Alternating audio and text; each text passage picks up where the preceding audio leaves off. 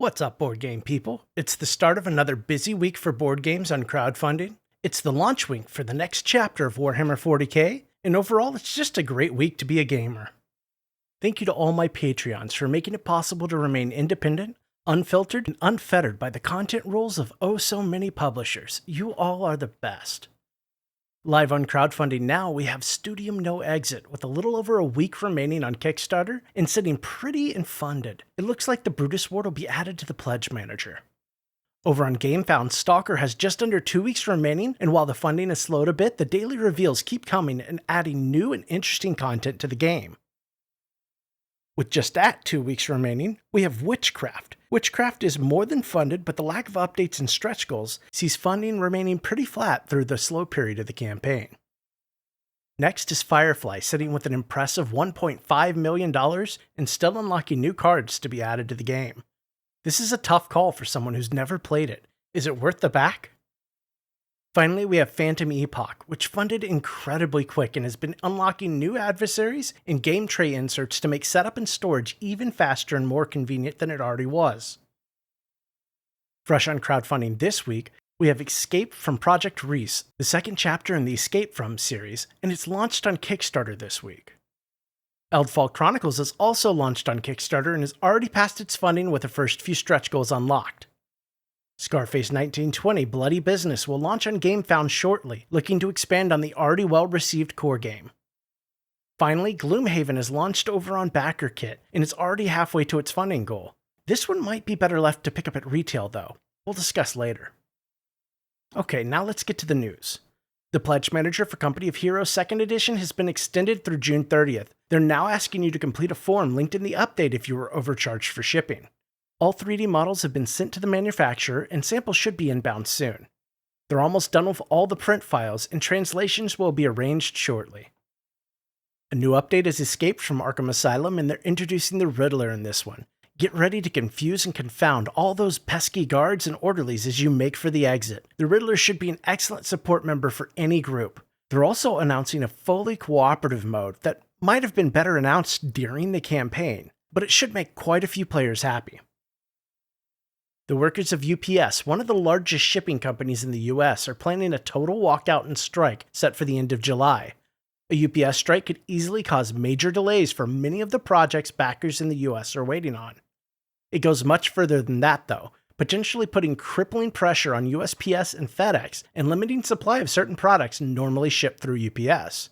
In short, a UPS strike will be bad for the hobby, and I'll be keeping my eyes on the news, hoping for a swift resolution. Get ready to fight. Street Fighter V Champion Edition Legends is waiting on just 5 more sculpts from the artist. Once these are approved, the Pledge Manager will launch. This update, we're getting eyes on 2 new arenas that have been in development. City and Chaos and Under Arena should provide some pretty interesting setups and plenty of interactive elements populating the map. The Pledge Manager for the Hunters AD 1492 is quite a ways off, it seems. They plan to open the Pledge Manager in September or October. Today they're showing off some awesome work in progress of the Cutthroat. The Polish campaign for the game is set to launch on June 23rd. There'll be additional stretch goals being unlocked, and those will be part of the English version of the game as well. We'll be notified of these unlocks in the GameFound updates. So, Warhammer 40k is launching into its 10th edition this week with the release of the Leviathan box. This new set contains many new Space Marines and Tyranid models. And it's the perfect way to start either of these armies if you're looking to jump into the hobby. A new Death Leaper is joining the ranks of the Tyranid as 10th edition Warhammer descends upon us. It seems there are even more Tyranids on the way too. The new Death Leaper miniature is a much better sculpt than its last incarnation. I'm getting some strong Aliens vibes from this one. The new Death Leaper comes onto the battlefield as an epic hero, so you'll only be able to table one of these bad boys. The playmatch for Waste Knights are in, and they're looking even better than the samples. The mats have already been handed off to the logistics partner, and after the final shipping documents are received, they'll be making their way to backers. Mine actually came in today. I haven't had a chance to look at it though. Something vile is stirring over on the Van Ryder Games Discord. They'll be making some huge announcements for Series 3 of Final Girl, including the launch date during Origins.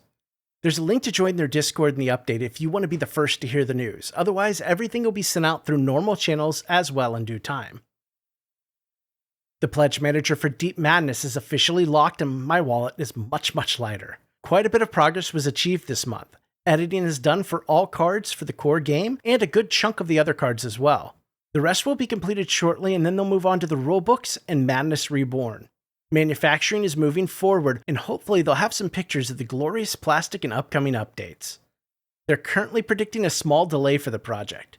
They hope to have all files submitted by August and manufacturing to take 2 months to complete. They hope to be able to be shipping around October, which is not too shabby in my opinion. A new update is in for League of Dungeoneers and shipping is progressing well. There's a very detailed chart that's displayed in the update and is hopefully on screen now. I'll let it do the talking for me. In the US, some people have still not received their packages, some because shipping was not paid, and others for various reasons that may need to be investigated. Make sure and send them an email if you're still waiting on yours. I know my shipping wasn't charged for some reason, and my box got here super fast after sending them an email. Quality replacements are also underway. In reprint and expansion news, Michael is very happy with the prototype, and he's certain that it'll be 100% finished before the campaign even launches. Cad Bane and gang, and Queen Amidala and her handmaidens are headed to Star Wars Shatterpoint in new expansions releasing in September. Shatterpoint is taking off and the miniatures are exactly what you would have hoped for coming from Atomic Mass Games. I know it's only a matter of time until I give in and buy a starter set myself. Idols of Torment has put out another update to their rulebook PDF, adding a hobby section to the book and a sprinkle of new art. The rulebook is now 100% complete. Several products are moving into production this week, including the bags for the game pieces set, the plastic sprues for the game, and the Echo deck. The rulebook is slated for next week and the playmat following that. Physical goods other than the LP should be delivered in October. Cute cuddly murder bears are invading Star Wars Allegiance. That's right, the Ewoks are back and in force. Several new boxes are coming, including the Ewok Warrior Unit expansion and the Logray and Wicket Commander expansion, and an ATST Walker with Imperial pilot and a Chewie pilot. Teburu and the Bad Karmas was on full display at Modena Play, with Cancer making his world premiere. They even were able to host their first public playtest of Milan Uprising while there. If you pledged for any of the 4X rewards for Bad Karmas, they'd like email addresses and names for the additional backers so that they can be added to the credits. Check the update for more details. The Sundrop samples are in, and while there's some mixed results, overall they look fairly good. They finished out the update with a peek at the progress chart. Escape from Stalingrad Z is making its way to backers' hands, and there's a small errata piece that they wanted to communicate to clear up some questions. The rulebook doesn't properly label the different markers in the game, so they've provided a handy graphic to clear up any confusion. They've also officially launched Escape from Project Reese on Kickstarter this week. Ready to see the color proofs for Dungeons of Doria? Well, they're in and they're looking fantastic. There were some minor proofing corrections needed, and they've made extensive notes and provided them to the manufacturer. Next, they'll receive another copy of the color proofs with corrections as a PDF. If all is good, it's time to print. If you'd like a chance to grab these physical color proofs, check the update for details. It sounds like a raffle might be in order. The June pre-production update for Merchant's Cove Mastercraft is huge. They're beginning to take a stroll through the characters and explain how each has progressed through development. The chef and the diver are taking center stage in this update. Their miniature sculpts look great and both are shaped up to be quite unique and very dynamic characters to play.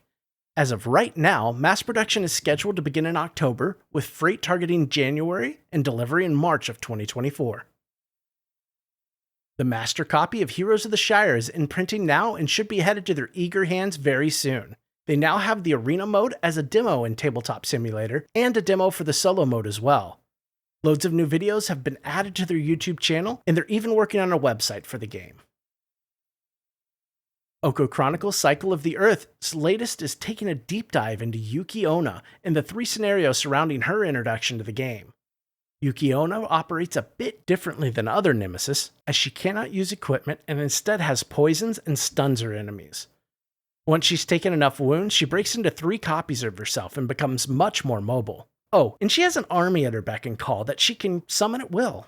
The scenarios can be played individually or in a 3-scenario long campaign. And of course, this all feeds into the long quest. This update also contains a timeline update. They've taken longer in testing and perfecting things than they initially had planned for, and now they envision production starting around the end of the year. Not a bad week, I'd say. Warhammer's going to be filling hobby news channels for the next little bit. Gen Con is creeping ever closer. Next week, we'll see Tanaris Adventures return to Kickstarter in their Ultimate campaign. There's still a lot to look forward to this summer. I'll be back shortly with an unboxing and possibly more.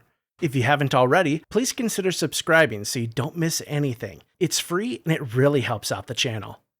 Thank you to everyone watching, commenting, and supporting the channel through Patreon. Have a great week and don't let the FOMO bite.